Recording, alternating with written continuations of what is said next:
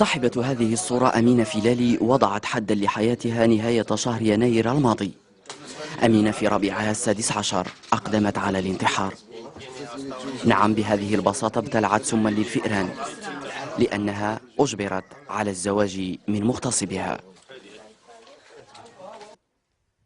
الشهر بنتي ضيعة لي، مشيت دعيته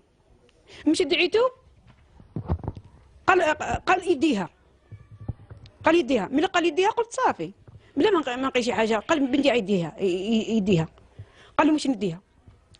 ملي داها بقى يتكرفس عليها يضرب بها يتقتلها، يبغى يقيلها يخليها بالجوع. العائله تجي مسكينه عندي الدار يقول لي ما ضيع معاهم. نقي ملي الصبار سير عن الدويره ديالك نعطيك الدار قالت لي الصبار هذا الدبر بنيتي.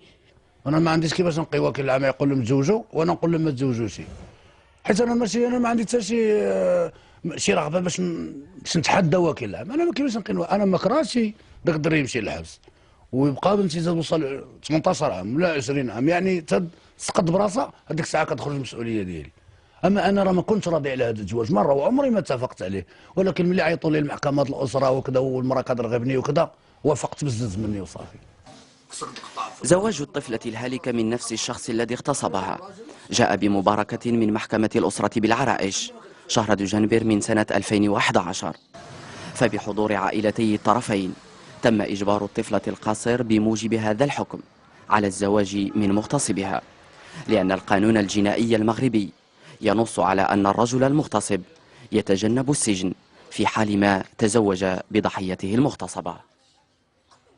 ما يتعلق بهادشي ديال زواج القاصرات والاغتصاب، اولا حنا كجمعيه دينا هاد زواج القاصرات منذ صدور المدونه ملي خلت ديك الباب مفتوح ديال تقديرات القاضي، ودائما كنا كنحتجوا على الحالات اللي كتكاثر ديال تزويج القاصرات. ديك الباب اللي خلاو ديال تقدير القاضي ما كانش خصو يكون، حتى لان زوج الطفله لا داعي للزواج ديالها معنا بلا مناقشه.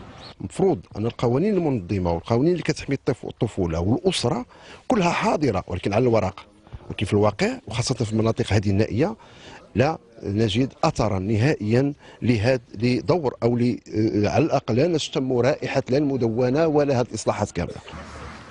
هنا بدوار كريمدا بضواحي العرائش بدأت أولى تفاصيل هذه القصة التي تجمد الدم في العروق. زوج الهالكة مصطفى فالك 26 سنة عاطل عن العمل يقول أنه بريء من اتهامات أسرة الهالكة. السبت كانت عندي هنايا وخرجت قالت لي غنمشي نضرنا، قلت لها واخا سير. ملي مشات لقيتها في السوق، ملي لقيتها في السوق قالت لي نمشيو ندرنا. جات من هنايا، جات تغدينا وطلع. ملي صافينا الرافينا بقات لها تقيه، ديك الساعه طلعت بها البوليس، خليت معاه نسيبيه طلعت بها القايد، هو اللي صار لي البوليس. ملي صار داونا للسبيطار، اللي غداو الصباح قال لك السيده ماتت. كنا الحلقه مزيانه، ما بغيتنا ديما فرحانين وناشطين ضاحكين. أمينة الفيلالي التي ذاع خبر انتحارها كالنار في الهشيم لفظت أنفاسها الأخيرة بمستشفى للمريم بالعرائش. التحاليل الطبية تؤكد وفاتها جراء السم الذي ابتلعته، في حين لم يعثر على أي أثر للعنف بأنحاء جسدها الصغير. فما أوسع الحزن وما أضيق الكلمات. ما نسمعش ديك الناس اللي قولك هيدا والبشهد عليا.